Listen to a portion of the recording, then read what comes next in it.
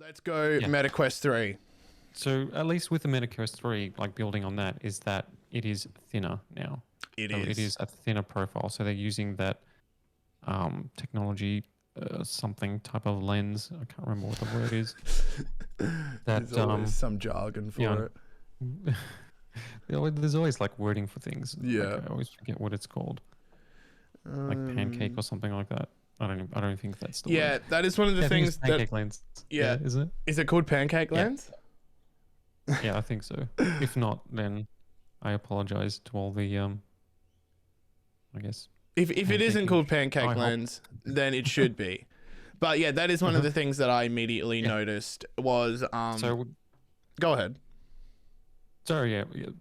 So basically, so that just means it's going to be thinner. So the Quest 2 was already like a lightweight because it's an all-in-one headset, and they did well to make it a single cable when you do connect it. So this one is now a lot thinner, so it looks almost like you're just putting on, glasses in a way. Like kind of like glove-covered shades. Wraparound. So it's thinner and lighter, which is good. Yeah, and it also comes with double the GPU processing power than the Quest 2, which is... That's right. So it's an all-in-one. So it's a mobile processor. Apparently, it's the first device to use the new Snapdragon XR2 platform. Yeah, and it's also a mixed reality headset, which I thought was pretty interesting for them to release because correct me if I'm wrong here, but the MetaQuest 2 is strictly a VR headset. Yeah, and Meta has its MetaQuest Pro line, which is mixed reality, right? Yeah. So doesn't this cannibalize the MetaQuest Pro because they're releasing a $500 mixed reality headset, the MetaQuest 3. And then they have, how much is the MetaQuest Pro? MetaQuest I don't know. Price. Let's find that out. But like this is replacing the MetaQuest 2. Yeah, but the MetaQuest 2 is a strictly VR headset.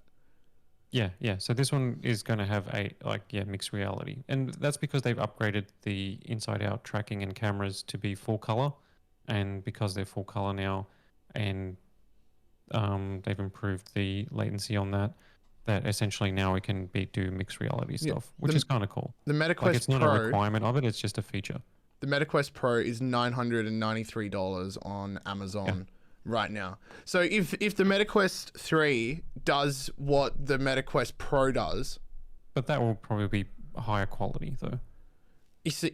I mean, I suppose, but it's still going to be still going to be cannibalizing that. Like, don't you think that would impact the sales for the MetaQuest Pro? Yes and no, but I think that the MetaQuest 2 is the most, because it's the most popular VR headset, because it's the most affordable. Even if you look at the Steam hardware charts, the MetaQuest 2 is like the most popular VR headset for PC gaming by far. Yeah, and because it's an all-in-one, because it's a single cable solution based on the price. So this, just based on the price, I think this is just them upgrading their the Quest 2 to make it more affordable, but also at the same time, I think they want a mixed reality AR to become more mainstream, and this is that step. Because I don't think it's going to happen with the Quest Pro. No, well, the Quest Pro was also aimed more at businesses as well. Like, it wasn't essentially... That's right, yeah. It wasn't... Yeah, this is like... This is consumer. Exactly. And it's it's got a new display, basically 4K display, and apparently the sharpness or like the pixel density removes some of like the artifacts, or like where VR headsets kind of like always look slightly pixelated, or like because you're so close to them. So they reckon that this, like, I don't know how they got the figure of 25% increased sharpness, and it's like 30% more clear or whatever it is. Is it just like the PPI? How you can quantify that? Is it just like the PPI of it all, like the pixels per inch? Oh yeah, but it's also like sharpness and stuff like that. But anyway, yeah, they've upgraded everything. So the mixed reality stuff is like, yeah, RGB color cameras with depth projection. So you can sense how far objects are. So you can actually do, uh, you can play or experience stuff with just wearing that headset and then viewing your environment, and then it just builds out stuff, which is kind of cool. Um, and then the other stuff is that, yeah, the field of view and the refresh rates and all that stuff seems pretty good. Mm, And it's the same sort of thing where it's like one cable and you can connect it to your PC via USB-C. that's nice. And the other big thing is that they've announced that Xbox Game Pass, Xbox Cloud Gaming is supported natively via an app on the Quest 3.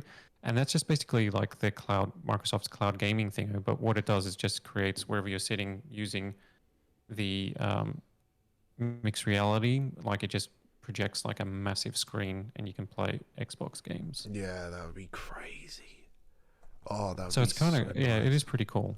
Well, that's what And then they Apple showed like, announced with their Vision Pro, is that you yeah, could watch movies inside of the VR world, but and you can yeah, like, but their tech is like next level though. yeah, That's like the cutting edge of the cutting edge. yeah, Whereas this is actually kind of cool because it's affordable. Like I'm actually pretty excited for it. I'd like to get a MetaQuest 3. It sounds really cool because it's the convenience of it. Like as much as I like VR, like I can't be bothered setting up the Valve Index because it requires the base stations, it requires yeah. There's a lot that goes to five it. cables, a little box, and etc. etc. Whereas this is like put it on You're inside in. out tracking, motion controls, without having to set up anything else. And to connect it to your PC, you just have a 5 meter long um, USB-C cable.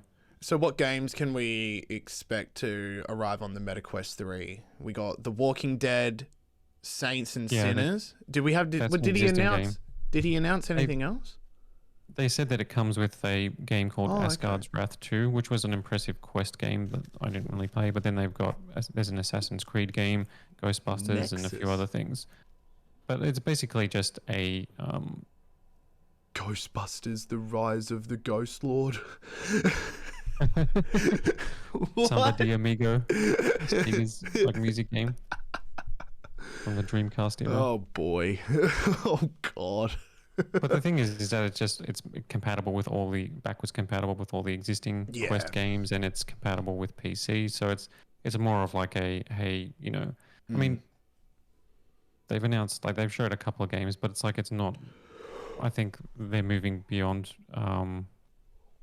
saying that, like, you're going to buy it for this game sort of thing. Yeah, it's It's not more a of like, system seller. hey, yeah, it's like the MetaQuest 2 is popular, so this is the new version, and you can do all this stuff, and they're going to release some some of those like mixed reality games, which will be interesting to see. Like I don't know Mm. how well it's going to work, but it's interesting that it's a part of it.